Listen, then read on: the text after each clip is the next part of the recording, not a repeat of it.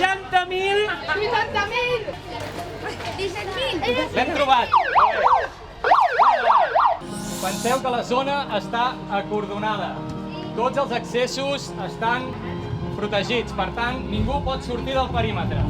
Doncs tot ha començat amb que era una espècie de subhasta en la que de sobtes ens han informat de que hi havia un mercant d'art i que volia aquí robar un quadre.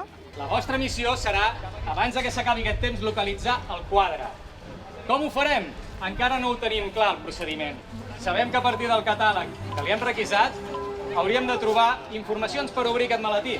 I a dins del maletí podria ser que trobem la manera de trobar la ubicació precisa on s'ha de dur a terme.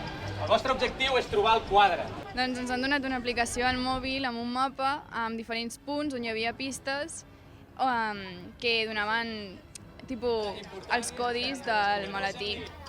Llavors arribes a un punt que ho tens tot i vens un altre cop a la subhasta i obres el maletí. Les estratègies són córrer. Corre, bàsicament. I també resoldre enigmes. A diferents llocs del poble.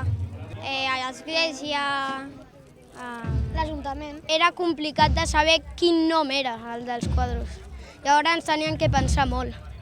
Aquí és carrer del Soler 51, està bé? Perfecte, molt bé. Allà.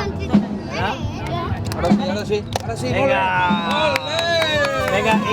Un, dos,